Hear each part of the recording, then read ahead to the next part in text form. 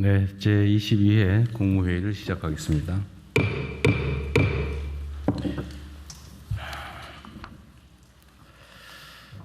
대한민국 민주주의의 새벽을 연 5.18 민주화 운동이 그제 46주년을 맞았습니다. 계엄군의 모진 탄압에도 주먹밥을 나누며 서로를 지킨 5월 강주의 그 용기와 연대 정신은 우리 사회 민주주의의 고귀한 뿌리로 뻗어나갔습니다. 그 힘이 있었기 때문에 우리는 2년 전 겨울 그 칠흑 같은 내란의 어둠을 몰아내고 국민주권의 새 역사를 당당하게 써 내려갈 수 있었습니다.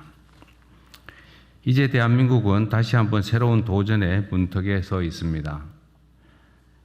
현재 우리 앞에는 성장 동력 약화, 양극화 심화, 국제 질서의 재편, 인구 문제, 지방 소멸 같은 구조적 위기 요소들이 동시에 밀려오고 있습니다. 그러나 그 모진 시련에도 굴하지 않고 서로 굳게 맞잡은 손으로 산업화와 민주화를 차례로 꽃피우며 쉼없이 희망의 길을 열어온 주권자 국민들이 계셨기 때문에 오늘의 위기도 결국에는 미래의 기회로 탈바꿈하게 될 것입니다. 진영과 지역, 세대를 넘어 더 큰 통합과 더 굳건한 연대로 글로벌 초격차 강국으로 도약해 국민의 삶을 제대로 바꿀 수 있도록 함께 힘을 모아주시기 바랍니다.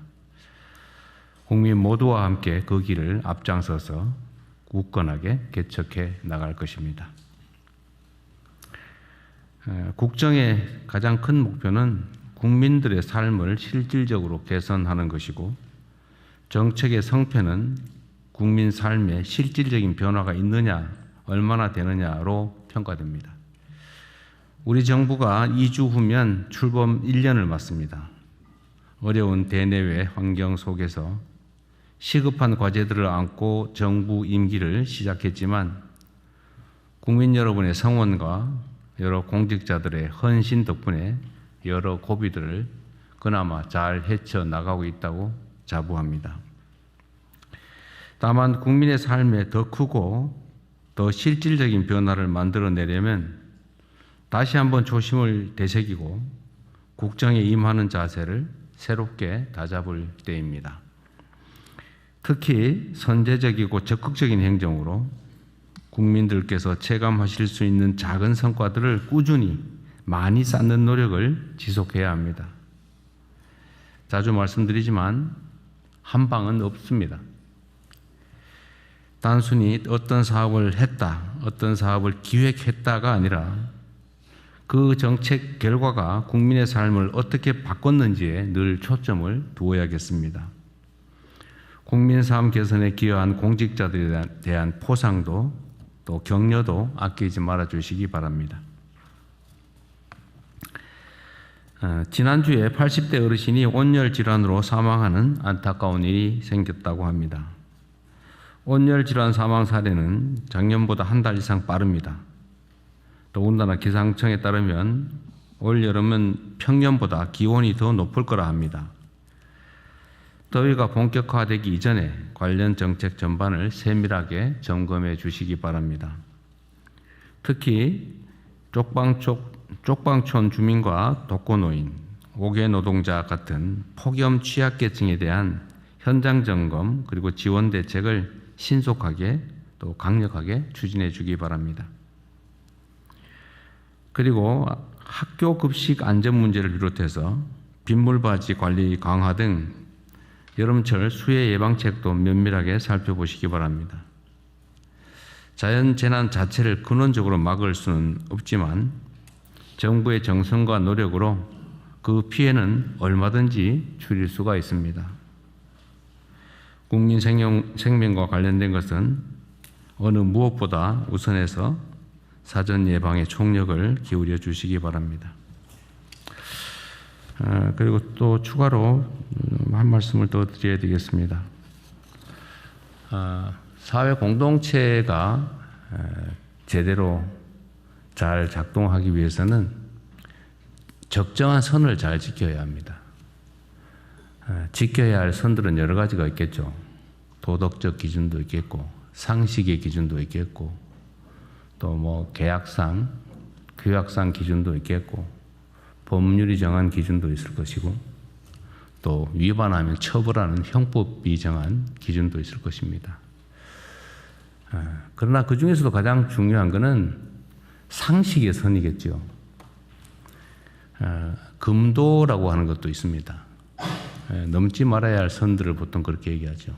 꼭 법률이 그렇게 정하지는 않았지만 상식적으로 또 우리 국민 모두가 동의하는 적절한 정도, 선 이런 게 있는 것 같습니다. 상도이라고 표현되기도 하죠. 우리가 사회 공동체를 유지하려면 일정한 이런 선들을 정하게 되고 그 선 안에서는 아주 자유로운 표현이든 행동이든 허용되고 또 보장되어야 될 것입니다. 그런데 이 선을 넘는 행위들은 그 자체가 어떤 심각한 문제가 있다기보다는 그게 타인들에게 또 사회에 악영향을 미치기 때문에 그런 것입니다. 공연히 개인들의 또는 어떤 집단들의 불이익을 주기 위해서 그런 선들이 존재하는 게 아니죠. 그 선을 넘어서면 타인들의 피해가, 손실이, 공동체에 피해가 발생하기 때문에 그렇습니다. 최근에 예를 들면 광주 5.18 문제에 대한 표현이나 또는 참혹한 피해자들에 대한 표현, 이런 것들이 어떻게 사람의 탈을 쓰고 그럴 수 있나? 이런 것들이 상당히 많이 벌어집니다. 그것도 그냥 한 개인이 구석에서 또는 몇몇 개인들이 술 먹으면서 하는 소리가 아니고 공개된 장에서 책임 있는 인사들이 조직적, 체계적으로 그런 만행을 저지릅니다. 그게 어떻게 인간사회라고 할 수 있겠어요? 그게 꼭 형법이 정하는 처벌, 제재, 물리적 제재 대상이 아니라고 한들 그렇게 하면 되겠습니까? 사람에게 요구되는 인륜 도덕이라고 하는 것도 있는 거죠. 또 사회적 약자들을 배려하기 위해서 우리가 일정한 특별한 보호를 하기도 합니다.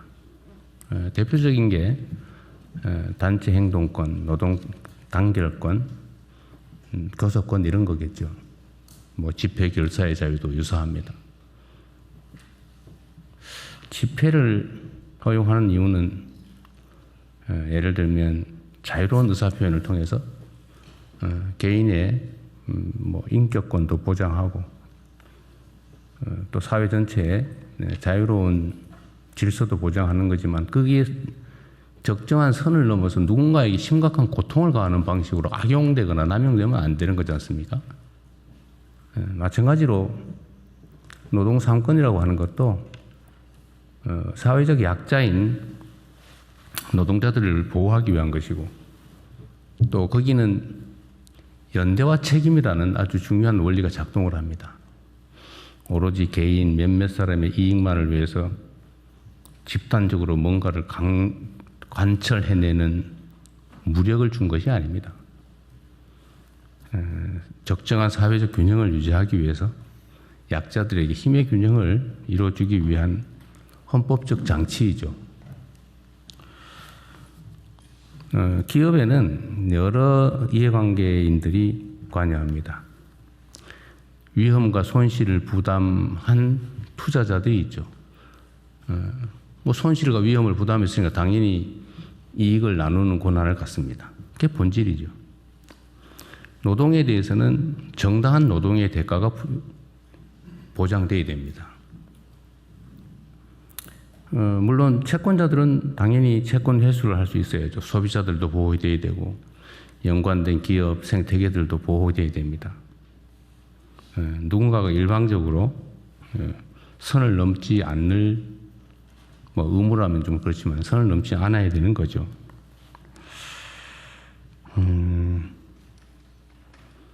그런데 지금 일부 노동조합이 뭐 단결권, 단체 행동권을 통해서 단체 교섭을 하고 자신들의 이익을 관철하기 위해서 노력하는 건 좋은데 그것도 적정한 선이 있지 않나 싶어요.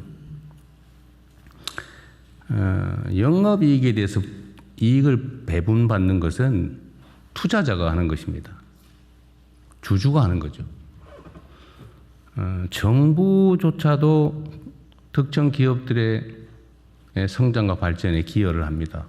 뭐 세금을 깎아주기도 하고 시설 지원을 해주기도 하고 여러 가지 제도적 정비를 통해서 또는 외교적 노력을 통해서 지원하죠. 그런데 이 국민 공동의 몫이라고 할 수 있는 세금도 떼기 전에 영업이익을 일정 비율을 제도적으로 나눠 갖는다? 그건 투자자도 할 수 없는 일이죠. 투자자도 세금을 떼고 당기 순이익에서 배당을 받지 않습니까? 어쨌든 저로서는 약간 이해가 되지 않아요. 어쨌든 이런 문제들도 좀 우리 모두가 한번 고민을 해봐야 될 부분이 아닌가. 결국 이 모든 조정의 최종 책임은 정부에 있는 거죠. 이 사회 구성원들이 적정한 선을 잘 지키고 그 선 안에서 자유롭게 자신들의 권리와 표현을 할 수 있게 하는 것. 그러나 그 선을 넘을 때에 대해서는 사회 전체 공동체를 위해서 모두를 위해서 주어진 책임을 다해야 된다. 그게 정부의 큰 역할이 아닌가 그런 생각이 듭니다. 지금 사회 많은 영역에서 그런 현상들이 벌어지는 것 같아요. 상당히 극단화되는 것 같습니다. 중간이 잘 없어요. 선을 많이들 넘습니다. 이게 뭐 당장은 도움이 되거나 이익이 될지 몰라도 길게 보면 결코 그렇지 못할 것입니다. 그런 건 역사가 증명하죠. 우리가 자신들의 개인적 이익을 도모하는 것도 중요하지만 또 그 이면에 존재하는 연대와 책임 의식도 좀 되새겨볼 필요가 있지 않을까 그렇게 생각합니다. 언제나 권리에는 의무가 따르고 권한에는 책임이 따르고 그래서 세상 모든 일에는 전부 다 음양이 있는 거죠. 양지만큼 음지가 있고 산이 높으면 골짜기가 깊죠. 뭐든지 지나침은 모자람만 못하다. 한번 생각해보자는 말씀을 드렸습니다. 네, 이상입니다.